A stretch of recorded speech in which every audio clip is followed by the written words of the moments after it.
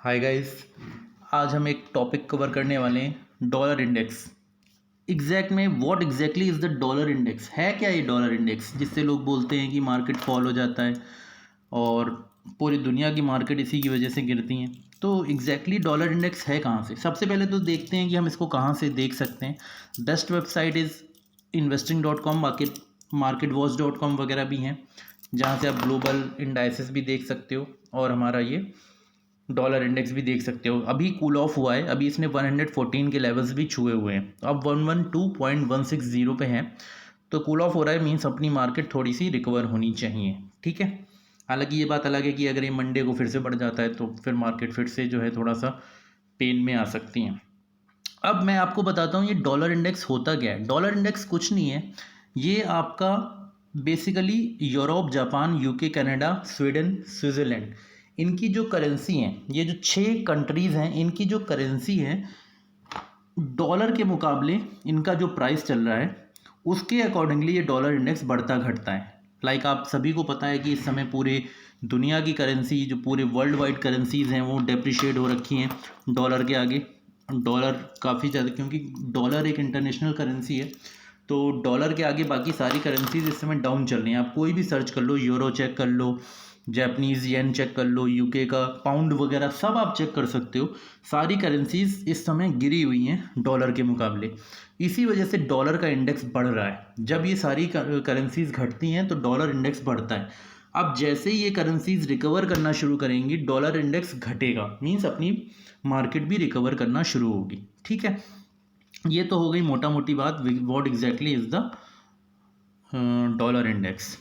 अब हम आपको बताते हैं कि इसका रुपए से कोई डायरेक्ट कनेक्शन नहीं है, लेकिन जब ग्लोबल करेंसीज गिर रही हैं तो भाई ऑब्वियस सी बात है कि हमें इसमें देखना पड़ेगा कि भाई जब ग्लोबल करेंसीज डाउन हो रही हैं तो अपना रुपया भी डेप्रिशिएट होगा। अब एक पॉइंट मैं इसमें आपके साथ कवर करता हूँ कि डॉलर इंडेक्स क्यों बढ़ता है, क्यों घटता है। ठीक है, ये भाई वर्ल्ड वाइड में जब सेलिंग आती है, स्टॉक मार्केट्स वगैरह जब गिरते हैं तो इस वजह से, क्योंकि ज़्यादातर ट्रेडिंग भी जो है वो आपकी एफआईज वगैरह जो करते हैं वो डॉलर्स में ही करते हैं। अब कुछ लोग कहते हैं कि इंडियन मार्केट में जब डॉलर बढ़ता है तो इसका मतलब है कि एफआईज सेल कर रहे हैं। ठीक है, एफआईज की सेल की वजह से डॉलर बढ़ रहा है। अब मैं आपको एक चीज़ बहुत मोटी सी बात बताता हूँ, जब एफआईज सेल करते हैं, जैसे अभी आपको मैंने दिखाया था, अपने ही वीडियोस में दिखाया था मैंने आपको कि हमारे यहाँ की ये देखिए कितने सारे मैंने आपको दिखाया एफआईएस के सेल फिगर्स आप देख रहे हो 1565। इसके अलावा अभी जो है क्या कहते हैं 5100 करोड़ की एक दिन बिकवाली करी थी। तो ये सारी चीज़ें जो थी ये बेसिकली क्या थी, जब भी एफआईएस की हैविंग सेलिंग होती है तो वो अपना पैसा ले जाते हैं अपने वापस। तो इसका मतलब ही बेसिकली ये होता है कि जब वो अपना रिडीम करेंगे तो भाई वो तो डॉलर में पैसा चाहते हैं, तो मतलब उनको रुपया में बेचना पड़ेगा क्योंकि उन्होंने इंडियन मार्केट से पैसा निकाला है। एक ये भी रीज़न होता है डॉलर के बढ़ने, रुपये के कमज़ोर होने का और डॉलर के बढ़ने का। भाई एफआईएस जितना ज़्यादा बेचेंगे मतलब वो अपना पैसा अपने पास वापस ले रहे हैं, इस वजह से। ठीक है, अब दूसरी एक चीज़ ये आती है, हम सभी को पता होना चाहिए कि एवरी ईयर हम कितना डॉलर प्रति व्यक्ति खर्च कर सकते हैं या निवेश कर सकते हैं। एक सिंगल पर्सन $2.5 लाख तक ले सकता है या उसको खर्च कर सकता है।